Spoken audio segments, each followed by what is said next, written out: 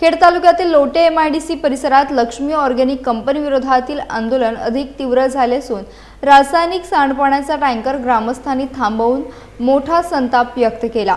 इटलीतून हद्दपार झालेल्या PFAS या घातक रासायनिक उत्पादनाचा प्रकल्प काही दिवसांपूर्वी या कंपनीत सुरू करण्यात आला।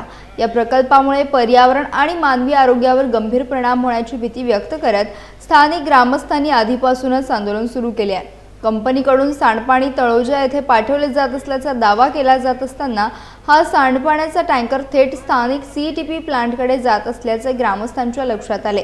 त्यानंतर संतप्त ग्रामस्थांनी CETP गेटवर टँकर अडवत जोरदार आंदोलन छेडले। ग्रामस्थ आक्रमक झाल्याने परिसरात तणावाचे वातावरण निर्माण झाले।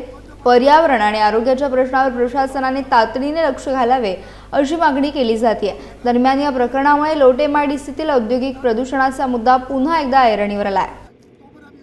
लक्ष्मी ऑर्गॅनिक आम्हाला सांगते, तिथे ग्रामस्थांना सांगते आणि त्या लोकांना सांगते, सगळ्यांना म्हणजे शासनाची संपूर्ण दिशाभूल करते। लक्ष्मी ऑर्गॅनिक हे लोक सांगतायत की आमचं पाणी कुठेही आम्ही वेस्टेज म्हणजे इथे आम्ही ह्या CETP मध्ये जाऊ देत नाही, ते कुठे जात नाही म्हणून आम्ही सगळे तळोजाला नेतो आणि तळोजाला नेऊन तिथे 1100 सेल्सिअसला आम्ही त्याचं विघटन करतो म्हणजे नाश करतो।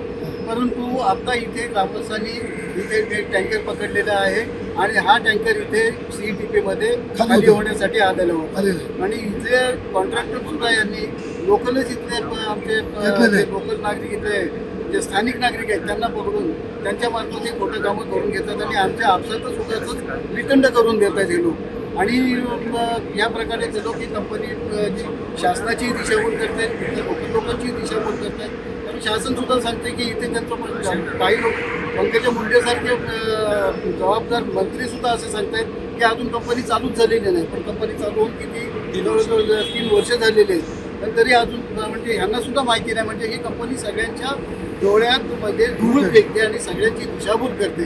त्यामुळे ही कंपनी कोणत्याही परिस्थितीत बंद झाली पाहिजे यासाठी संपूर्ण म्हणजे फक्त लोकल परिसर नाही तर खेड चिपळूण जिल्हासुद्धा तालुकासुद्धा नाही तर संपूर्ण जिल्ह्यातून लोकांचा उठाव होणार आणि लोक उठाव करून उद्याच्या 6 तारखेला आम्ही प्रचंड मोर्चा काढून ही कंपनी बंद करणार म्हणजे करणारच। केमिकलचे PFAS आहे जे कोकणाची वाट लावायला आले, आमच्या सौंदर्याची वाट लावायला आले, इथलं मानव पशु पक्षी नष्ट करायचे कोकणात आले, हे जोपर्यंत जात नाही तोपर्यंत आम्ही धरणानंतर सोडणार। पण आज आम्हाला आता कळलं की या CETP यांनी लक्ष्मी ऑर्गॅनिक आम्हाला सांगितलं होतं की आम्ही सगळं पाणी आम्ही तळोजाला नेतो, तळोजाला त्यांच्याकडे यंत्रणाच आहे।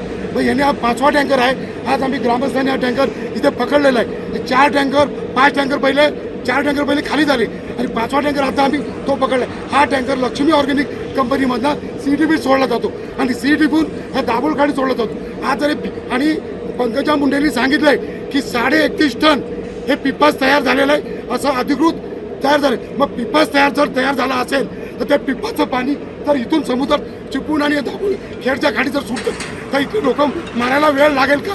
हे PFASचं पाणी मग ह्यांना काय लोक कोकणातील मेली तरी चालतील? हे लोकप्रतिनिधी एवढे हे झाले की ते एक सुद्धा आवाज उठवत नाही। मग ह्यांना निवडून का द्यायची जनतेने? आमचं रक्षण करण्यासाठी आम्हाला हे आमदार खातं निवडून द्यायचे। चाले घरात पैसे घेऊन गप्प बसलेत, पैसे घ्या पण कुठल्या घाणेरड्या माणसाचे चांगल्या कामाचे पैसे घ्या ना तुम्ही। आमचा जीव सगळ्यांचा कोकणाचा घालायचं तुम्ही द्यालात काय? आमचं कोकण आम्ही ही सगळी मुलं आहेत आम्ही मरेपर्यंत वाचवणं आणि देवाने आम्हाला दिलं कोकण, हे आमदार खासदारांनी दिलं कोकण आहे। हे पाणी आम्ही अडवलंय, याच्यावर आम्ही ॲक्शन घेणार आणि तरी सर्व जनतेला विनंती आम्ही 6 तारखेला मोठा मोर्चा करतो, ही कंपनी बंद करा लक्ष्मी ऑर्गॅनिक। तर तुम्ही सगळ्यांनी आम्हाला मदत करावी, आमच्या सगळ्या गावांना आणि चिपळूण खेड किंवा कोकणाला वाचवण्यासाठी आपण या मोर्चात सहभागी व्हावं। आता जर हे टँकर ह्यांच्या म्हणण्यानुसार नुसतं इन्फ्लुएंट आहे वेस्ट वॉटरचं, पण यामध्ये जर त्यांनी CETPचं PFASचं जर आपलं CETPला न सोडायचं PFASचं जर इन्फ्लुएंट मिक्स केलं असेल तर याला संपूर्ण जबाबदार ही यंत्रणा राहील। कारण हेच पाणी उद्या खाडीला जाणार आहे, खाडीतून मासे त्यांच्या माध्यमातून ते खाणाऱ्या लोकांना त्याचा त्रास आहे। हवेतून प्रदूषण आहे ते आहेच, पण जे पाणी इथे जिरवलं जात असेल तर ते कोकणातलं सगळ्यात महत्त्वाचं पीक आंबा आहे, त्या आंब्याच्या फळातून जर ते बाहेर गेलेल्याचं जर उद्या निष्पन्न झालं तर इंटरनॅशनल मार्केटला जो इथल्या व्यापाऱ्यांचा आंबा जातोय तोही टोटली बंद होणार आहे। इतकं भयंकर उपासमारीचं आणि लोकांवर जे काय त्यांचं उत्पन्नाचं साधन आहे, मासेमारी तर पूर्ण संपलेली आहे. अशा पद्धतीत याच्या परिणाम पिपाचा हा खूप दूरवर होणार आहे.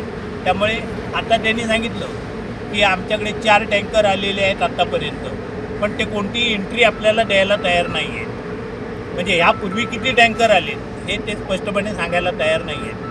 जर MPCBकडे अर्ज केला तेही द्यायला तयार नाहीत. याचा अर्थ पिपाचं संपूर्ण इन्फ्लुएन्स हे इतर ते जिरवत आहेत हे सिद्ध होतं आहे.